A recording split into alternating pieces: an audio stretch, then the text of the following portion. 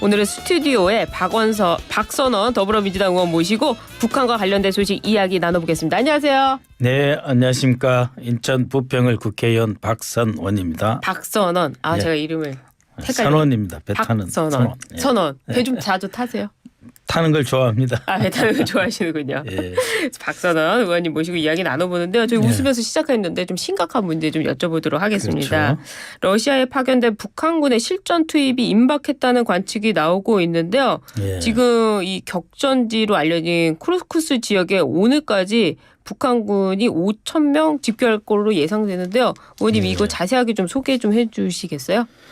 예, 제가 국회 정보위 야당 간사로서 이제 10월 18일 예. 금요일 한번 보고를 받았고 예. 또 10월 23일 날은 국정원장이 직접 와서 예. 상당히 상세하게 보고를 받았습니다. 네.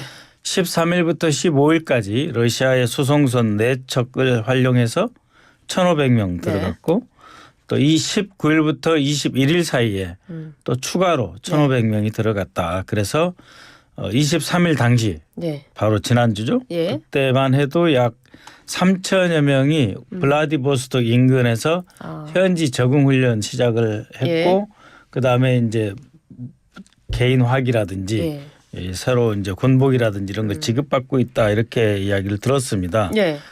그래서 이 러시아 극동에서 서부 끝에 유럽 러시아까지 이동을 하려면은 열차로도 한 5일 정도 소요가 되거든요. 열차로 5일이나 소요되는군요. 그리고 국정원 판단은 12월 중순까지 되어야 약 1,900명 전원이 들어갈 수 있지 않겠느냐 이렇게 판단하고 있습니다. 그래서 만약에 쿠르스크까지 갔다 하더라도 이제 현지 지형 숙지해야 되고 전술도 좀 더 실전형으로 이제 익혀야 되기 때문에 바로 지금 투입한다라고 하는 거는 조금 이르지 않나 이렇게 생각합니다. 다만 러시아로서는 기왕에 이제 일종의 이제 지원군이 온 셈이기 때문에 그렇죠. 투입을 늦출 이유는 없죠.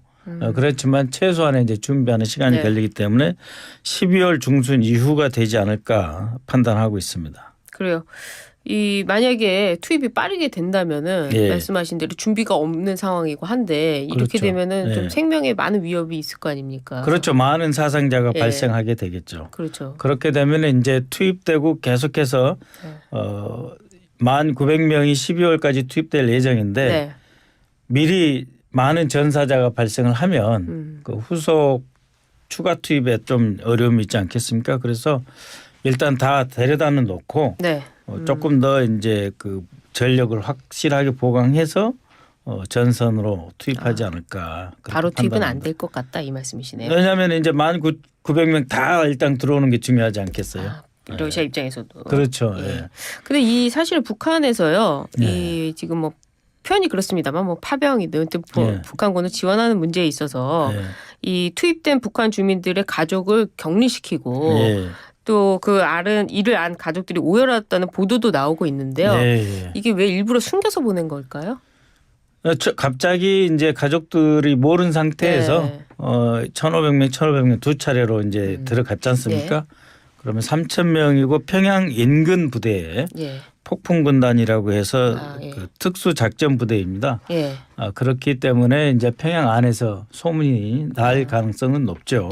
그래서 일부 가족은 좀 이렇게 차단 격리 중이다라고 하는데 상당히 평양 안에서 소문은 돌 가능성이 높습니다. 그러면은 어떤 정보든 유통되는 것을 싫어하는 김정은 정권의 특성으로 봐서는 내부 단속을 좀 하고 있지 않겠나 그렇게 생각을 합니다. 그렇군요. 지금 북한의 김정은의 측근 중에 한 명으로 알려진 김영복이 러시아에 입국한 것으로 알려졌는데요. 이 김영복은 러시아에 파견된 특수부대 이 폭풍군단이라고 하잖아요. 이 군단의 단장과 특수작전군 사령관을 지냈다고 하는데요. 이건 어떤 의미로 봐야 될까요? 그러니까 이제 아직 전선에 이제 직접 투입돼서 전투에 임하기 전에 책임자급이 파견돼서 미리 가서 준비하는 것은 어떻게 보면은 이제 당연하다. 그러니까 이제 이 폭풍군단이 총 42,000명입니다. 42,000명. 그 중에서 이제 1,900명. 그러니까 제일 훈련이 잘 된 사람 병사들을 먼저 보낼 텐데 그들을 첫 투입하는 데 있어서는 사단장급이든 여단장급이든 미리 가 있는 것은 당연하지 않겠는가 예. 그렇게 생각을 합니다. 근데 왜 이 북한군이요 예. 러시아 군복으로 위장을 하고 또 러시아군의 통제를 받는 것인지 그래서 예. 이게 지금 뭐 국방부 장관은 파병이 아니라 용병이라는 표현까지 썼는데요. 예. 이유가 있을까요? 우리나라도 이제 베트남에 네. 1965년에 파병한 적이 있고 또 네. 2003년에는 이라크에 파병한 적이 있습니다. 아 그렇죠. 네, 1965년 파병할 때는 네. 모든 비용을 미국이 다 댔고요. 2003년에 우리가 이라크 파병할 때는 모든 비용을 우리나라가 댔어요. 아 그렇군요. 네, 이번 그 북한은 이번 파병을 통해서 예. 군사 지원, 경제 지원, 에너지 지원, 좌우지간 뽑아낼 수 있는 것은 최대한 다 뽑아내려고 할 것입니다. 러시아로부터 이제 뽑아내서 어떻게 보면은 고립에서 탈출하는 기회로 삼으려는 그런 나름대로 전략적 판단까지 했을 것입니다. 그런 상태에서 정말 옷 한 벌이라도 러시아로부터 이렇게 받아내서 투입하겠다라고 하는 거고 일단 그 지휘를 누가 하느냐의 문제가 있을 텐데요. 예. 아무래도 러시아 최전선이기 때문에 러시아의 일차적인 지휘 통제를 받지 않겠나 그렇게 판단하고 있습니다. 근데 이제 군대 전쟁이라는 것은 좀 예. 소속이 굉장히 중요하지 않습니까? 예, 사망 후에도 그렇고. 그래서 베트남전은 우리나라 군 소속으로 이제 파병이 됐습니다. 예. 근데 이번에 우크라이나 이 전쟁의 북한군은 러시아군 소속으로 지금 파병이 된 거 아니겠습니까? 일단 러시아 군복을 입고 네. 러시아로부터 개인 화기를 다 지급받은 상태인데 지난주 금요일 날 네. 러시아 하원에서 북러 네. 군사동맹 조약을 공식 비준을 했습니다. 그렇군요. 그러니까 이제 이런 상태이기 때문에 네. 끝까지 비공개로 가면은 이제 러시아군의 지휘와 통제를 받으면서 철저히 그 러시아군을 위장을 할 것이고 예. 만약에 비준을 했기 때문에 예. 12월 초라든지 어느 시점에 공식적으로 발표를 하면 조금 편제가 달라질 수도 있겠죠. 아 그렇군요. 이 러시아 군인들은 또 북한군을 K대대라고 부르면서 좀 무시하고 네. 불만을 나타냈다고 하는데요. 왜 이런 반응들이 나오는 걸까요? 아무래도 이제 쿠르스크라고 하는 지역이 네. 이제 러시아 영토 안에 우크라이나군이 진입한 거지 않습니까? 그렇죠. 그것을 러시아군이 못 막은 거죠. 그런 상태에서 외부에서 어떤 지원군이 됐든 뭐 특수부대가 됐든 뭐가 네. 됐든 들어오는 것 자체가 자존심 상하는 일일 것이면 틀림이 없습니다.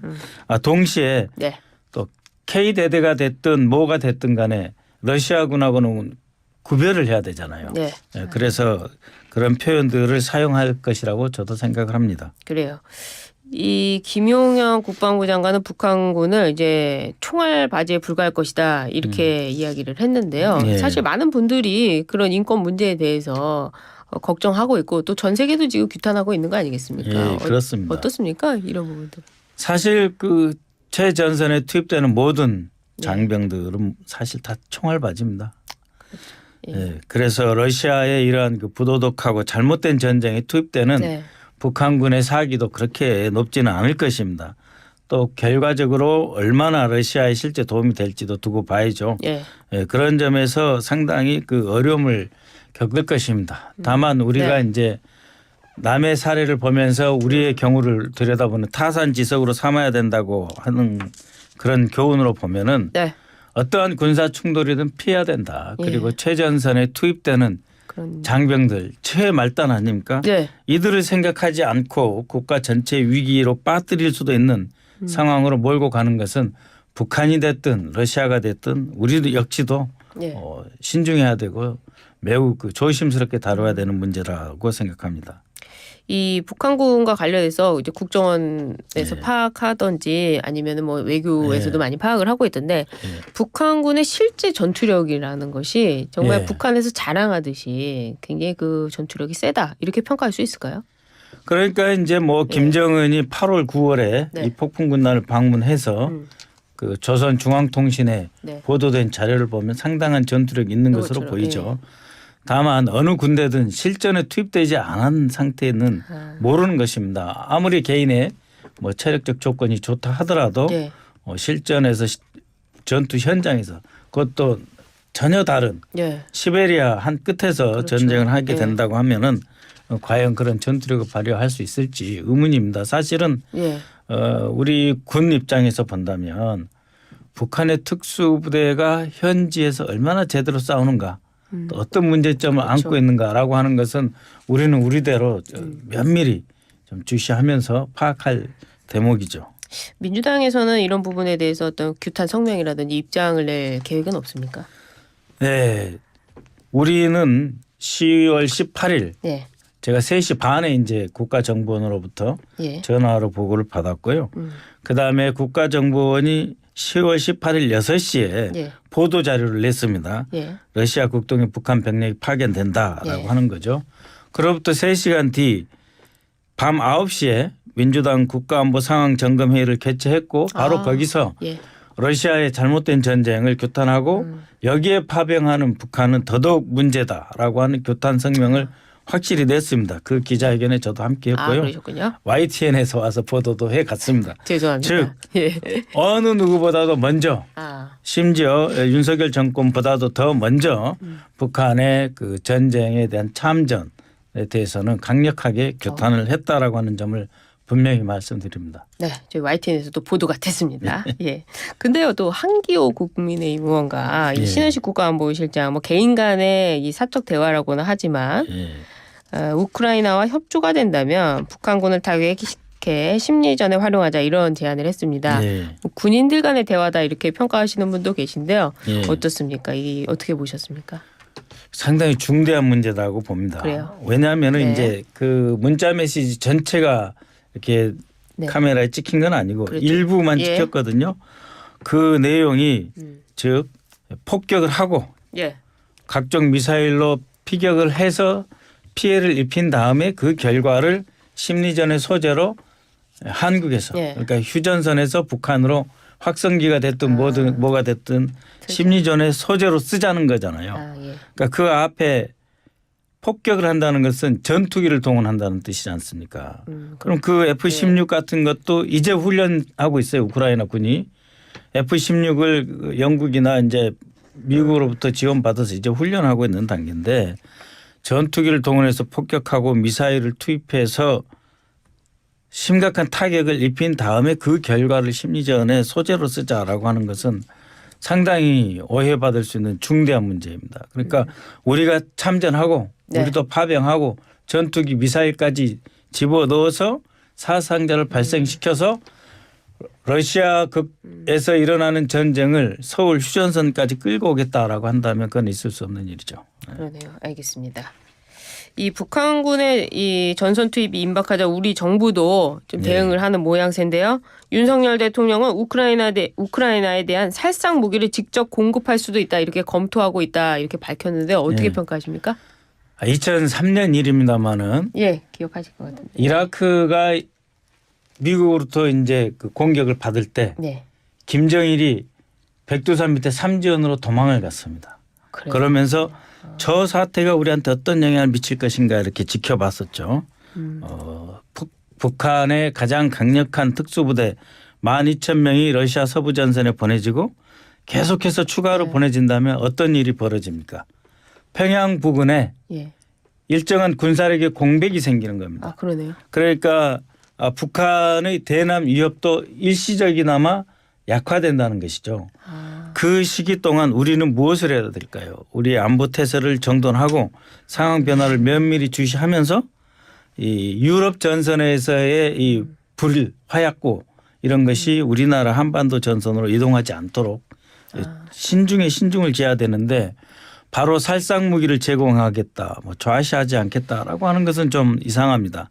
경제도 어렵고 대기업 수출도 급감하고 이런 상태에서 경제장관 회의 한번 제대로 안 열면서 수천 킬로 떨어진 우크라이나 전쟁에 나토도 여기다가 그 인력을 전력을 투입하지 않으려고 신중을 기하는 곳에 이처럼 우리가 흥분하는 이유가 과연 뭘까?